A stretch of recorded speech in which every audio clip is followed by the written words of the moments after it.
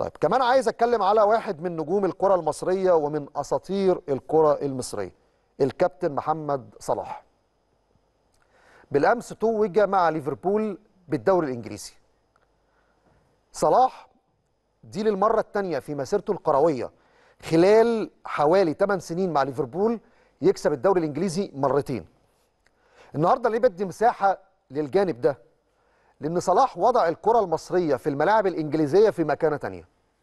وصلاح تقدر تقول صعب المأمورية على أي محترف يقدر يحقق الأرقام اللي هقولها دلوقتي.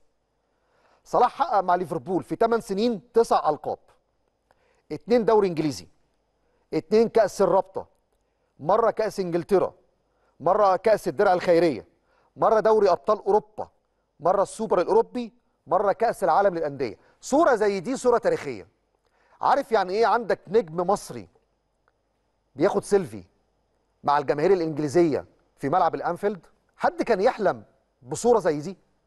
حد كان يحلم بلقطة زي دي؟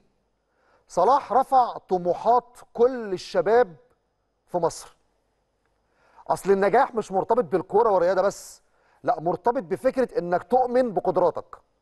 حد كان يتخيل النجم اللي طلع من المقاولين العرب وسافر أوروبا وبدأ في بازل السويسري يقدر يوصل للمكانة دي في الوقت ده بالانجازات والارقام دي؟ عندنا محترفين كتيره سافروا واحترفوا ولعبوا في اوروبا. صوره زي دي انا بالنسبه لي صوره تتحط في المتحف. يعني صوره زي دي يا جماعه نثبتها.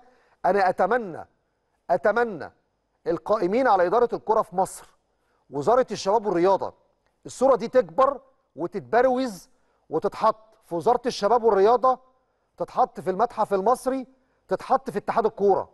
ليه؟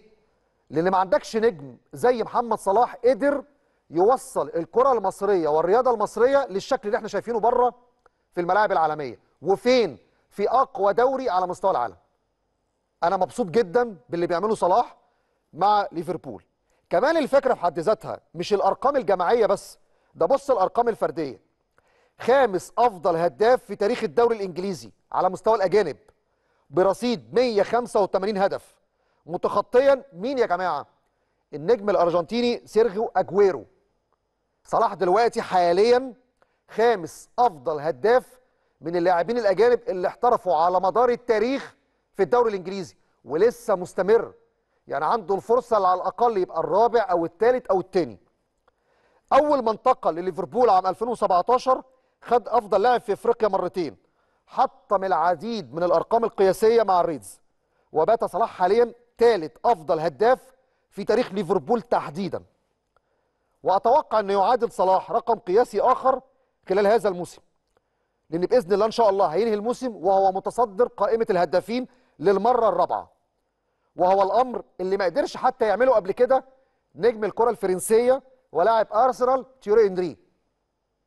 انت بتتكلم على صلاح بيكسر ارقام تيوري انري، واحنا بنتفرج على كاس العالم وبطولات اوروبا في نهايه التسعينيات وفي اوائل الالفيه. هل كنا نتخيل ان هيكون عندنا نجم يكسر ارقام تيوري انري؟ ما اعتقدش. بالتوفيق لصلاح باذن الله، وان شاء الله ان شاء الله باذن الله يقدر ينافس على جائزه افضل لاعب في العالم. بس حتى لو ما خدهاش هو بالنسبه لنا احنا هو افضل لعيب على مستوى العالم. ربنا يوفقك يا صلاح. بالتوفيق يا ابو مكه، دايما رافع علم مصر في الملاعب الاوروبيه. وحتى لو حد فينا او انا حتى على المستوى الشخصي في بعض المراحل او في بعض الفترات كنت بنتقده اثناء وجوده مع منتخبنا الوطني، وكان حبا في واحد من النجوم اللي بيمثلونا بشكل قوي جدا بره في الملاعب الاوروبيه. فنفس الارقام اللي بشوفها لصلاح في اوروبا تكون موجوده مع منتخبنا الوطني، ولكن باذن الله يقدر يعوض ده في اللي جاي. وعنده بطوله في المغرب، انا اتوقع ان شاء الله باذن الله هيكون واحد من اهم النجوم اللي هيكون ليهم باع طويل جدا في افريقيا في المغرب. ولما لا، يا رب ان شاء الله يرفع كاس البطوله مع منتخب مصر في الرباط ان شاء الله باذن الله. طيب دي كانت ابرز الموضوعات اللي عايز ابدا اتكلم فيها، ولكن عندي